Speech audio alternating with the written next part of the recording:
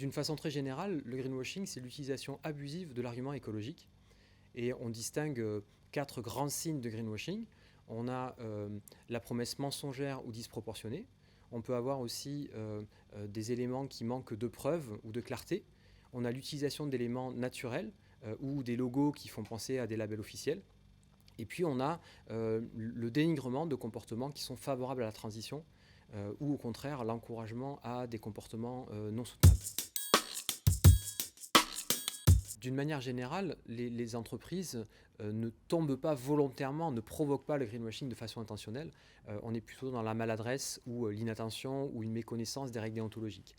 Ce qu'on peut constater toutefois, c'est qu'on a une première vague de greenwashing dans les années 2000 en France, où là on avait un démarrage des stratégies de développement durable des entreprises.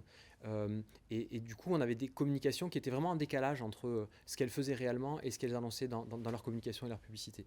Aujourd'hui, la plupart des entreprises ont pris conscience des enjeux, que ce soit bien sûr le changement climatique, mais aussi la perte de biodiversité, aussi les conditions sociales dans lesquelles sont réalisés leurs produits et leurs services. Et on sent qu'elles ont plus de matière. Par contre, on a toujours des techniques publicitaires qui posent question. Le fait de vouloir prendre un détail, le fait de vouloir associer des éléments graphiques qui font évocation, qui évoquent la nature. Et c'est là qu'on a des écarts et ça provoque du greenwashing.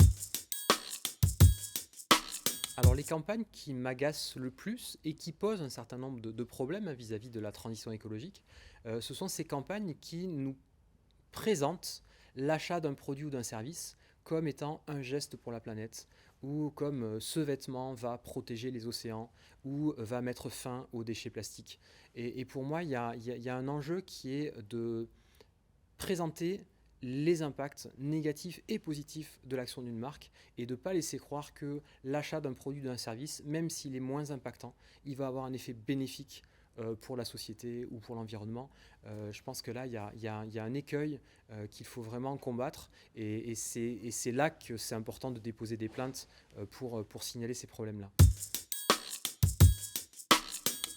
Donc, comme exemple de campagne inspirante que je présente régulièrement dans les formations, par exemple, que je peux faire, en fait, c'est une double campagne d'IKEA.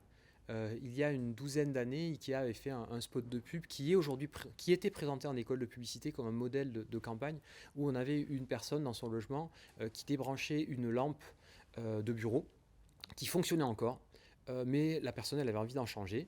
Elle l'a déposée sur le trottoir et puis elle avait acheté une lampe Ikea, elle l'a installée chez elle. Et le film prenait la place de la lampe et on se sentait triste de voir cette lampe abandonnée sur un trottoir. Et à la fin, il y avait une personne qui arrivait et qui nous disait vous vous sentez triste pour cette lampe, mais c'est n'importe quoi, c'est un objet, ça n'a pas de sentiment. Voilà. Une dizaine d'années plus tard, Ikea a tourné la suite de cette publicité.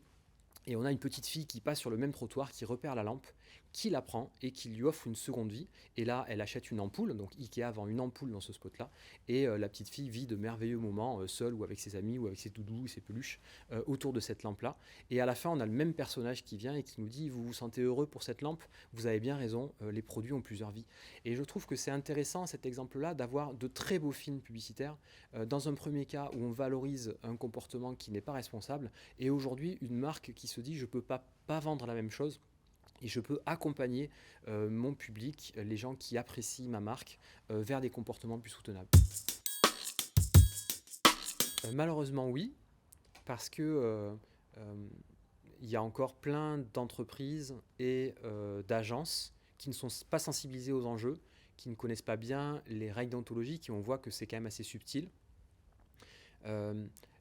La particularité, c'est que dans les années qui viennent, on va avoir un durcissement réglementaire qui va contraindre les entreprises et les agences à monter en compétence sur ces sujets-là et à essayer de contribuer à restaurer la confiance entre le discours des entreprises et le public, en particulier sur ces sujets d'allégations environnementales.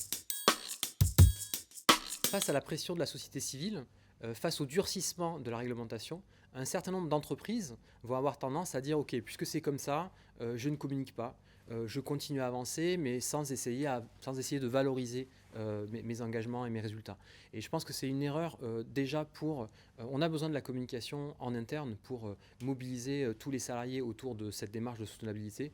On a besoin de communiquer pour entraîner nos fournisseurs, nos partenaires, et bien sûr pour informer et engager le public. Et c'est là qu'on va avoir besoin des compétences de l'ensemble de la filière communication, publicité et marketing pour trouver avec les annonceurs les moyens de communiquer de façon sincère, transparente, et aussi de communiquer sur les difficultés rencontrées, sur les limites d'une démarche. Aujourd'hui, et de plus en plus demain, on aura besoin d'avoir des marques qui sont dans une posture d'humilité et de transparence par rapport à ces enjeux-là, qui nous dépassent toutes et tous. Et là-dessus, la compétence des communicants sera primordiale. Alors mon positive word, ce sera un double, désir et créativité. J'ai hâte de voir ce que les créatifs qui travaillent dans les agences ou chez les annonceurs vont pouvoir nous proposer comme campagne de publicité qui vont nous donner envie de nous projeter dans une société qui est plus soutenable. Euh, Ce pouvoir créatif a été mis au service d'un modèle linéaire qui est aujourd'hui en bout de course et j'ai vraiment hâte de voir comment la puissance, les outils associés à la création vont pouvoir nous aider à nous projeter et à nous donner envie de changer nos comportements et de changer l'ensemble de la société.